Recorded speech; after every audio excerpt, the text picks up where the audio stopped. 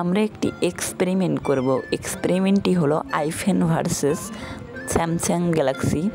দেখব কোনটি বেশি বরফের নিচে থুলে বেশি দিন থাকে, দেখতেছি সেটি। তো আমরা এখন ফ্রিজে আইফোন ও স্যামসাং গ্যালাক্সি ফোন দুটো রেখে দিব। এখন ফোন দুটি বের করার সময় হচ্ছে, তো আমরা এখন ফোন দুটি বের করব।